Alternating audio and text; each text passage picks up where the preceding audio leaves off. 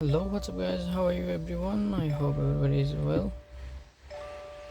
Today I have a Subaru Legacy 2018 model, and this car have a problem. When I start car, engine light is there.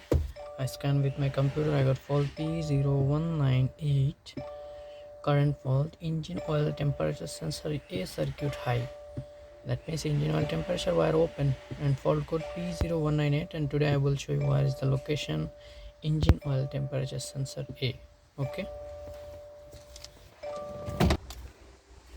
see here there's two sensors. This is for engine coolant temperature, and this is engine oil temperature sensor. This one, see, wire open, this black wire, this one.